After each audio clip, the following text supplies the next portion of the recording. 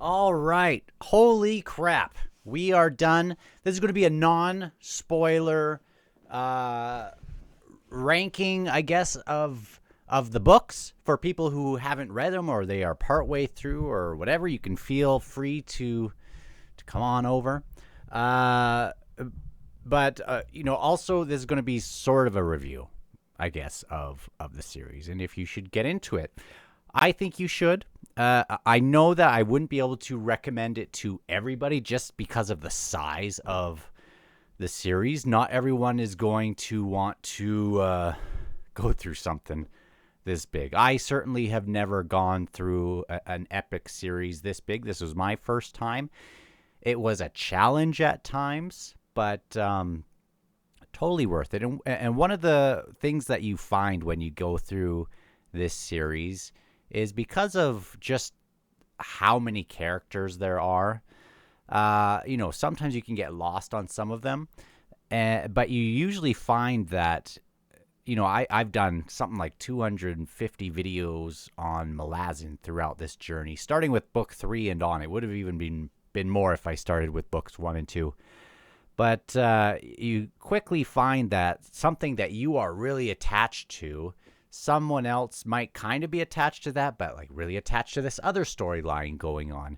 And there are just so many things happening. Now, it kind of a weird comparison, but I'm going to still compare it in a way. The closest thing I can say, and it's going to be freaking weird to say, but like the Bible, okay? In the sense that as I got to the end of the series, I realized, oh no, we haven't wrapped up every storyline that I was hoping that we would wrap up, because they have just so many that they open up. Now, like reading the Bible or something, you might, characters come and go, and I'm not saying characters come and go as if there's like hundreds of years going on. It is really contained within this one time, but as far as names coming and going, they kind of all are meant to express things towards like certain themes. There's a grand sort of theme going on throughout the books. One of those that I'm sure you've heard is compassion for others, and even if you don't really know them, doing the right thing, stuff like that. But each of the books really tackle different sub themes as they go through the series.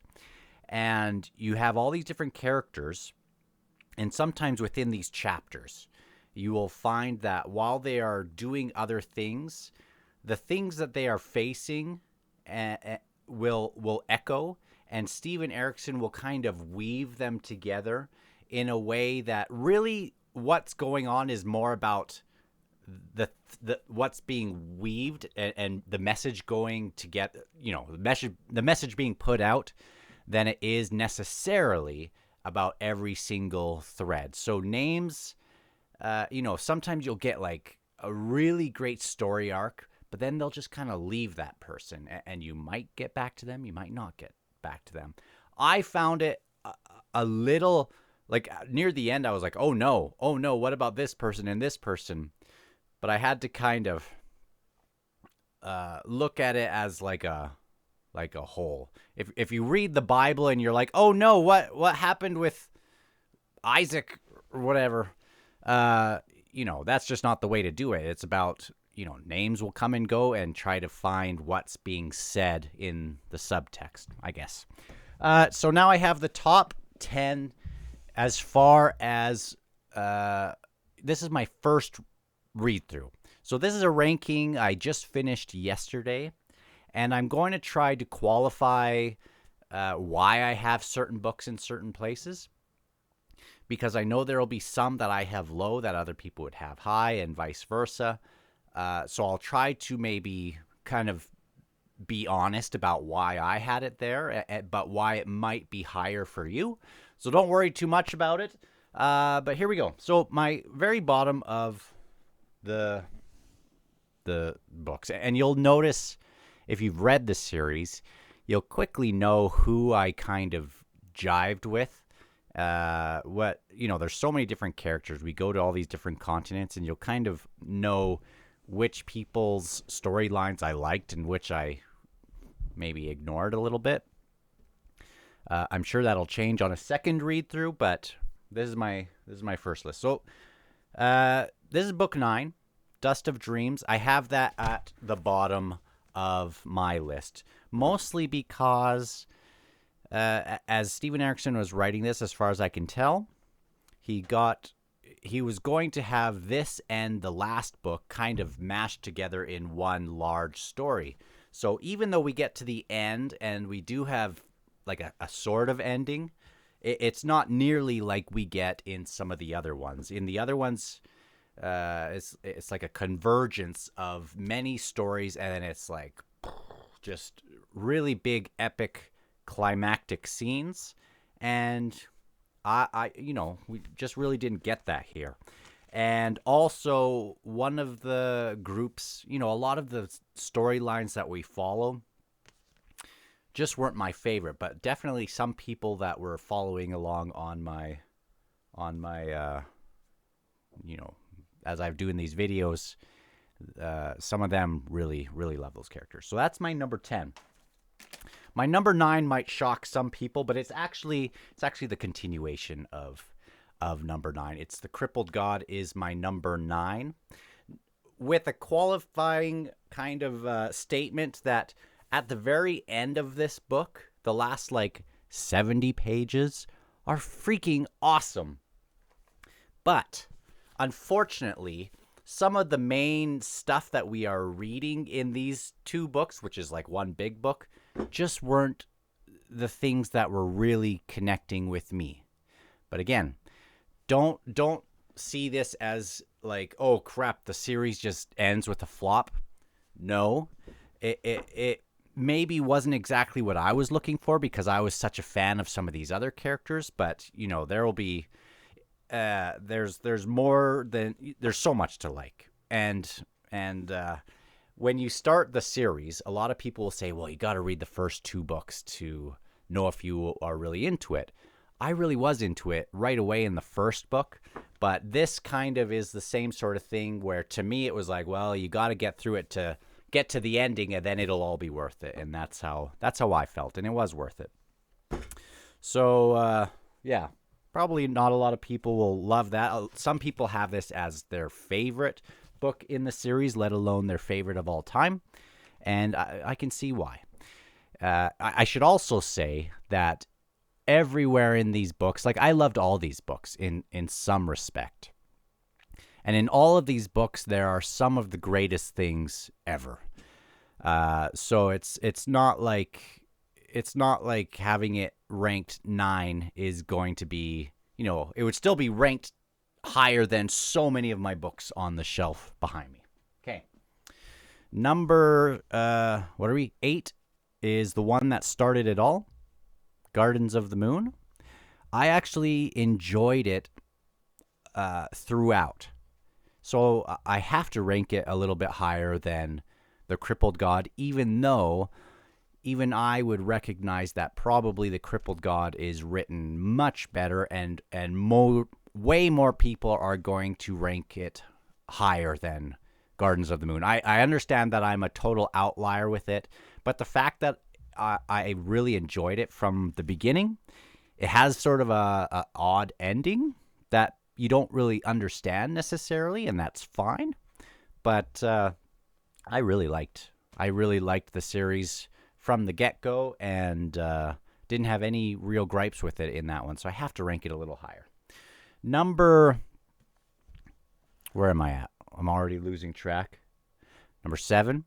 I thought this was going to be at the top 3 maybe when I first read it, but it is House of Chains.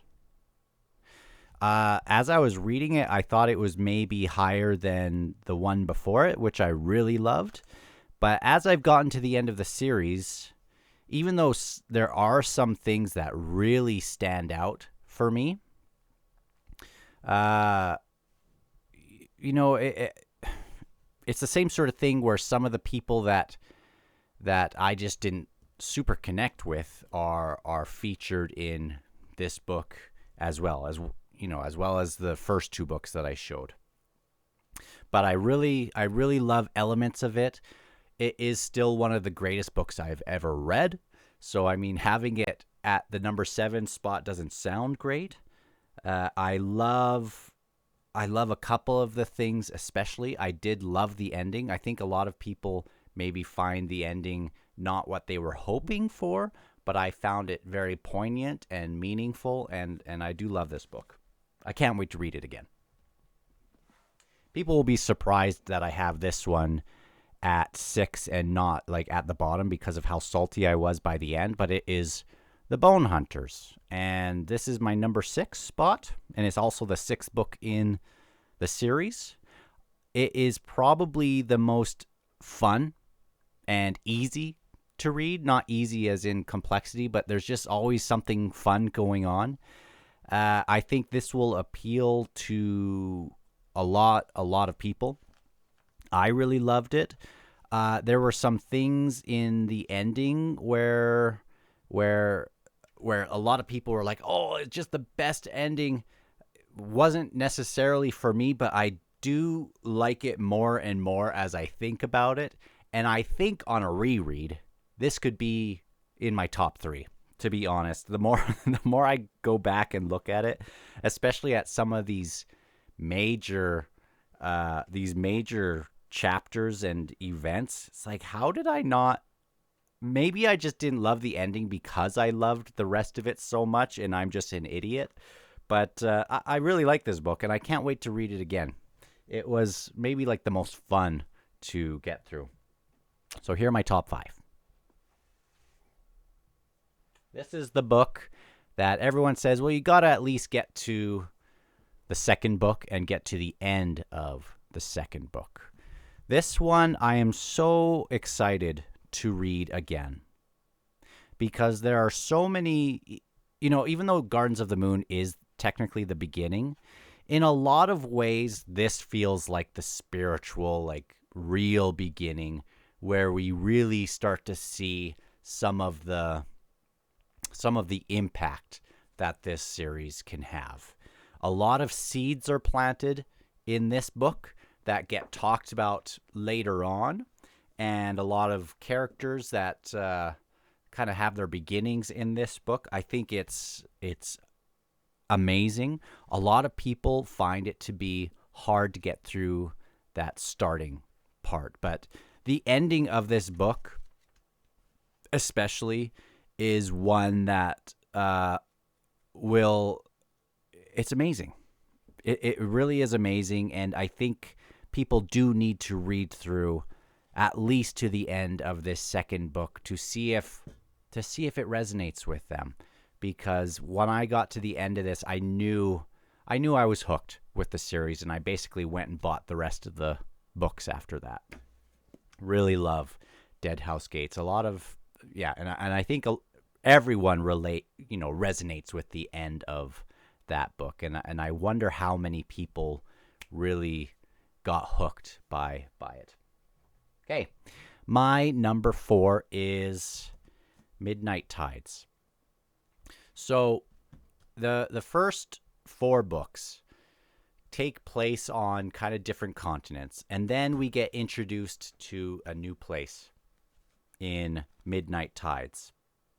And I can't really go into it, but there are some themes being introduced with Midnight Tides, as well as a couple different people groups that really hit me so well. This is one where I think I could just pick up and read on its own without going through the whole series again, and it would be, you wouldn't be able to just jump into it without reading the first 4, but at this point, it kind of feels like I could enjoy it as a standalone. It feels that way for 2 of these last 3 coming up. I think I could read them basically as a standalone and enjoy it. But I really love this book. Probably this is where most of my favorite characters get introduced, or the biggest number of my favorite characters get introduced or featured. And I think everyone likes Midnight Tides. I don't think it's at the bottom of anyone's list. Maybe it is. This next one, I bet, is at the bottom of some people's list. It is Reaper's Gale, which is like a continuation of Midnight Tides. This is book 7 of the series, and a lot of people find some of the subplots to be kind of boring or meaningless to the overall scheme. And looking back, I think maybe some of that is true, but those side things were some of my favorite stuff. Not all of them blossomed into what I thought it was going to be, so I can see why people maybe look back on some of that stuff. But I think it is just great. It was arguably my very favorite. It was between this and another one coming up, and I just love it. I love that whole continent and the themes, especially. Again, even though we have so many different characters and things, I think what we get on that continent and really what is being dealt with between the characters and sort of the central stuff that the author is trying to convey is very strong in those two books. So if you know the series, you're wondering which of these last two are going to be the top, and I bet a lot of people will have this one either at the top or at top few, but it is Memories of Ice, the third one. This is the one where I was convinced about 60 pages in that I should come on to YouTube.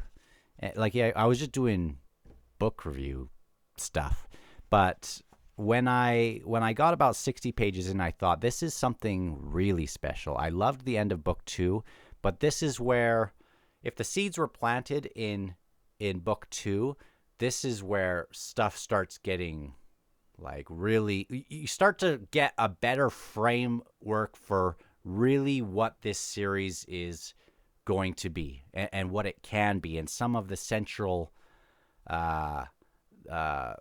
antagonists and protagonists and really what we are dealing with here.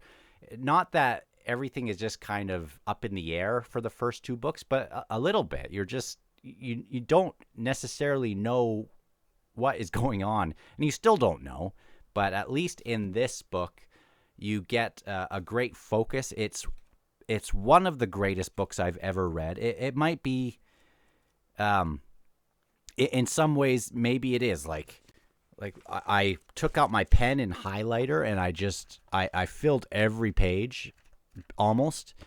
You can't really see on the video quite so much, but I just loved it. I think rather than saying you have to read the first two books, I think you have to read the first three books so that you can get to this, because I'm pretty sure this is the one that blows everyone's mind for the most part. But anyway, now this last book being my number one, I guess would be controversial for some people, because the first 2/3 is sort of a slog for a lot of people. But that was like my favorite stuff in the series. That was my high watermark, and that's here in Toll the Hounds. This is my favorite book of the series. This is number 8.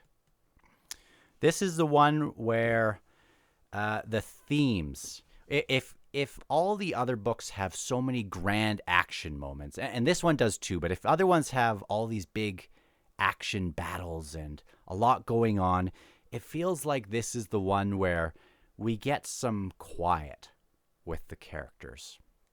And that would bother a lot of people and feel a little boring for a lot of people.